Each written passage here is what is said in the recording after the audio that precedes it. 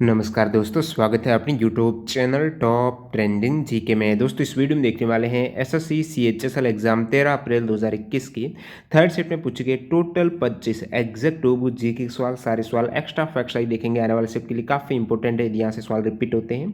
और PDF file के लिए आपको टेलीग्राम चैनल ज्वाइन करना है, जिसकी लिंक डिस्क्रिप्शन बॉक्स में लिंक से ही ज्वाइन करना है। ऑल शिफ्ट की एक साथ मिल जाती है। जो भी सवाल होंगे वो आपके 100% रियल और ऑथेंटिक होंगे, तो इस बात पर लाइक करते हुए कंटिन्यू करना। इन सभी कैंडिडेट का बहुत बहुत धन्यवाद जिन्होंने रियल और ऑथेंटिक सवाल है वो टेलीग्राम पर सेंड किए हैं। सवाल कंटिन्यू करें उससे पहले मैं आपको बता दूं, आप किसी भी कॉम्पिटिटिव एग्जाम्स की तैयारी करते हो, जब तक आप मॉक टेस्ट नहीं लगाते हो, टाइम मैनेजमेंट के कारण यहाँ पर आपका कंसेप्ट कितना ही कवर हो जाए, टाइम मैनेजमेंट ऐसी चीज़ है कि एग्जाम में सवाल मिस हो ही जाते हैं। तो इसके लिए प्रैक्टिस बहुत ज़्यादा जरूरी है। प्रैक्टिस के लिए टेक्स्ट बुक आपके लिए बेहतरीन ऑफर ये लेकर आ रहे हैं। किसी भी एग्जाम की तैयारी कर रहे हो, एसएससी हो गया, बैंकिंग, रेलवे, डिफेंस या फिर किसी भी स्टेट लेवल गवर्नमेंट एग्जाम्स की, सारे एग्जाम्स के मॉक टेस्ट आप एक ही पास के अंतर्गत लगा सकते हो। इसमें भी यदि आप टीटीजी के कूपन कोड अप्लाई करोगे तो आपको एक्स्ट्रा 30 रुपये का और डिस्काउंट मिलने वाला है। तो इस अपॉर्चुनिटी का लाभ उठाने के लिए लिंक डिस्क्रिप्शन बॉक्स में क्लिक करके ज्वाइन कर सकते हो। अभी अप्रैल मंथ में एक और ऑफर चल रहा है, आपको 12 मंथ की बजाय यहाँ पर 14 मंथ की वैलिडिटी मिल रही है। सारे एग्जाम जैसे कि एनटीपीसी, सीबीटी फर्स्ट है, सेकंड है, ग्रुप डी है, एसएससी जितने भी एग्जाम है, जितने भी स्टेट लेवल गवर्नमेंट एग्जाम है, ज़्यादा जानकारी के लिए आप डिस्क्रिप्शन बॉक्स जरूर चेक कीजिएगा। तो चलिए कंटिन्यू करते हैं। आज के थर्ड सेट में पूछे गए जीके के सवाल। प्रथम और द्वितीय पारी का पहले ही वीडियो डाल दिया है, नहीं देखा तो जरूर देख लेना। देखिएगा आपके सामने जो पहला सवाल है तृतीय पारी का, study of cells is called, यानी कोशिका के अध्ययन को क्या कहा जाता है, तो ये साइटोलॉजी हो जाएगा। कोशिका के अध्ययन को साइटोलॉजी कहा जाता है। अन्य कोशिका से रिलेटेड फैक्ट की बात करूं तो जीवों की शरीर की जो संरचनात्मक एवं क्रियात्मक इकाई उसे क्या कहा जाता है, तो वो कोशिका कहलाती है। एग्जाम में पूछा था एनटीपीसी में सेम सवाल। कोशिका की खोज रॉबर्ट हुक ने की है, कब? 1665 में की है। कोशिका का सबसे छोटा अंग है वो कौन सा है, तो वो राइबोसोम हो जाएगा। मानव शरीर की सबसे बड़ी कोशिका कौन सी है, तो ये तंत्रिका तंत्र न्यूरॉन हो जाएगी। अगला सवाल देखिएगा, 55वां ज्ञानपीठ पुरस्कार है वो किससे मिला है, तो 55वां ज्ञानपीठ पुरस्कार है ये मिला है प्रसिद्ध मलयालम कवि, नाम है अक्कीतम अच्युतम नंबूत्री को। कब? 29 नवंबर 2019 को 55वां ज्ञानपीठ पुरस्कार है वो मलयालम कवि अक्कीतम अच्युतम नंबूत्री को दिया गया है। और ज्ञानपीठ पुरस्कार किन को दिया जाता है, तो 8वीं अनुसूची में शामिल भारतीय भाषाएं, साथ ही साथ इसमें अंग्रेजी भाषा और ऐड कर दी गई है। जैसे कि 2018 में जो प्रथम अंग्रेजी का एक तरीके से ये साहित्य अकेडमी अवार्ड दिया गया है, जो कि 54वां अवार्ड था, अमिताभ घोष को दिया गया था। तो 54वां ज्ञानपीठ पुरस्कार अमिताभ घोष को इंग्लिश में दिया गया था 2018 में। और बात करूं हिंदी में प्रथम ज्ञानपीठ पुरस्कार किससे मिला था, तो ये सुमित्रा नंदन पंत को दिया गया था 1968 में, जो चौथा ज्ञानपीठ पुरस्कार था। और प्रथम ज्ञानपीठ पुरस्कार को आपको पूछ रहे तो 1965 में प्रथम ज्ञानपीठ पुरस्कार जी शंकरा कुरूप को दिया गया है मलयालम भाषा में। अगला सवाल देखिएगा, who won the first gold medal for India in Commonwealth games 2018, जो राष्ट्रमंडल खेल हुए 2018 में, तो भारत के लिए पहला गोल्ड मेडल किसने जीता, तो मीराबाई चानू ने जीता है। मीराबाई चानू किस स्पोर्ट से संबंधित है, तो ये वेट लिफ्टर हैं। इन्होंने 2018 का जो कॉमनवेल्थ राष्ट्रमंडल खेल हुए हैं, भारत की ओर से पहला गोल्ड मेडल जीता है। बॉक्सिंग में गोल्ड किसने जीता है 2018 के राष्ट्रमंडल खेल में, तो गौरव सोलंकी ने जीता है, विकास कृष्ण यादव ने जीता है। और वुमेन कैटेगरी में मैरी कॉम ने जीता है। 2018 राष्ट्रमंडल खेल में भारत की रैंक रही थी तीसरी, 26 गोल्ड थे, 20 सिल्वर थे, 20 ब्रॉन्ज मेडल भारत ने जीते थे। 2018 की गेम्स कहाँ पर हुए, कॉमनवेल्थ गोल्ड कोस्ट ऑस्ट्रेलिया में हुए हैं। नेक्स्ट 2022 में राष्ट्रमंडल खेल होने वाले हैं बर्मिंघम इंग्लैंड में।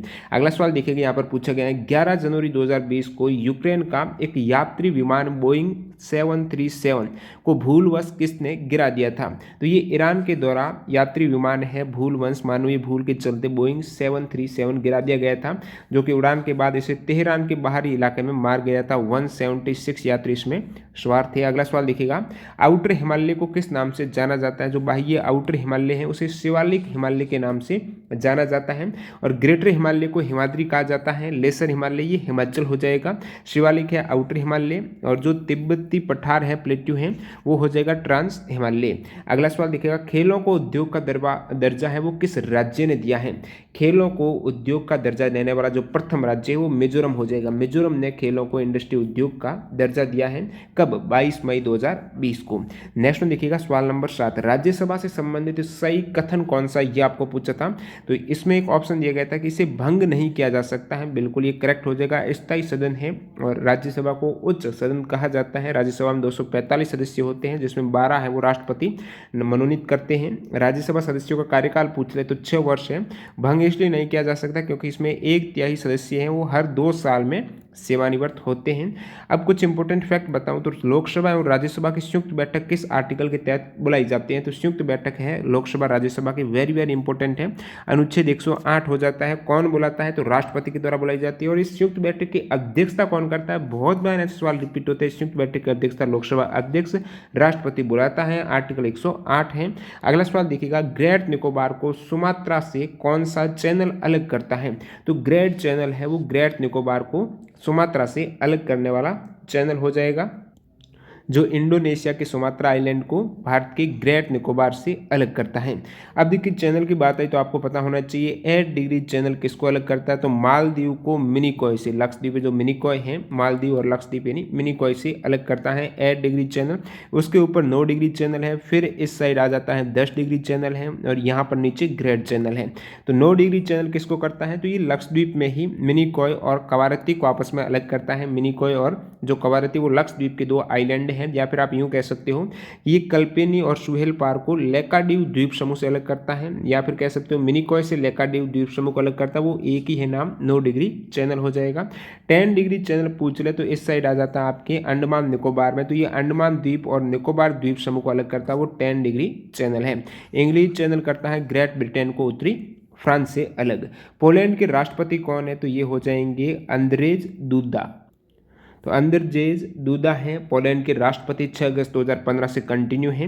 नेक्स्ट वन देखिएगा, यहाँ पर संपत्ति का अधिकार किस आर्टिकल में वर्णित है, संपत्ति का अधिकार है ये अनुच्छेद 300A में वर्णित है। कहाँ पर, अनुच्छेद 300A में संपत्ति का अधिकार। अभी ये क्या है, विधिक अधिकार है।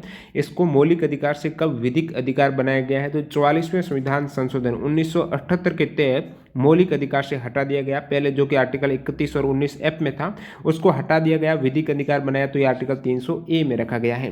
गांधी इरविन समझौते के क्या परिणाम रहे हैं, एग्जाम में पूछा जाता है। गांधी इरविन समझौता कितने सूत्रीय था, 11 सूत्रीय समझौता हुआ था। परिणाम की बात करूं तो आपकी एक ऑप्शन ये दिया गया था कि गांधी इरविन समझौते के बाद कांग्रेस की ओर से गांधी जी ने सविनय अवज्ञा आंदोलन है वो स्थगित करके द्वितीय गोलमेज सम्मेलन में भाग लेना स्वीकार किया था।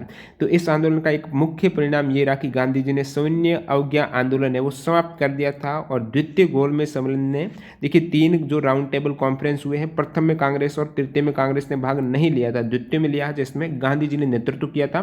तो ये सविनय अवज्ञा आंदोलन स्थगित किया गया था गांधी इरविन समझौते के तहत। अन्य कुछ इंपोर्टेंट रिजल्ट की बात करूं तो हिंसा के आरोपियों को छोड़कर बाकी सभी राजनीतिक बंदियों को रिहा कर दिया जाएगा, इस समझौते में ये तय हुआ था।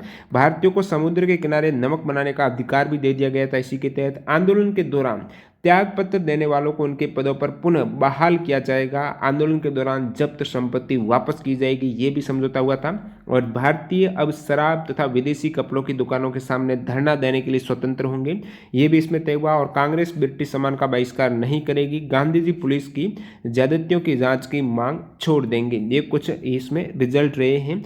और बात करूं यहाँ पर जो गांधी इरविन समझौता हुआ वो कब हुआ, 5 मार्च 1931 को द्वितीय गोलमेज सम्मेलन के पहले महात्मा गांधी जी और तत्कालीन वायसराय लॉर्ड इरविन के मध्य ये समझौता हुआ था। अगला सवाल, केरल पुलिस की प्रथम महिला पुलिस महानिदेशक, तो केरल की प्रथम महिला डीजीपी है वो किससे बनाया गया है, तो केरल की प्रथम महिला डीजीपी हो जाएगी आर श्रीलेखा, और ये केरल की पहली महिला आईपीएस अधिकारी भी हैं। अगला सवाल यहाँ पर पूछा गया है, हिट रिफ्रेश पुस्तक के ऑथर कौन है, तो सत्या नडेला है। हिट रिफ्रेश जो बुक्स हैं इनके लेखक हैं सत्या नडेला। साथ ही साथ को ऑथर हैं वो हैं जिल ट्रेसी निकोल्स हैं और ग्रेग शो हैं। पुस्तक का पूरा नाम ये है, आपको हिट रिफ्रेश पूछा है तो सत्या नडेला हो जाएगा। ज्वार है वो उत्पादन में अग्रणी राज्य कौन सा है, ज्वार फसल के उत्पादन में जो अग्रणी राज्य वो महाराष्ट्र है, सेकेंड है केरला। लौह अयस्क खनन के लिए प्रसिद्ध स्थल कुद्रेमुख कहाँ पर है, तो कुद्रेमुख जो लौह अयस्क खनन के लिए प्रसिद्ध है ये कर्नाटक राज्य के चिकमंगलूर जिले में है। तो कर्नाटक राज्य में है कुद्रेमुख जो लौह अयस्क के लिए प्रसिद्ध है।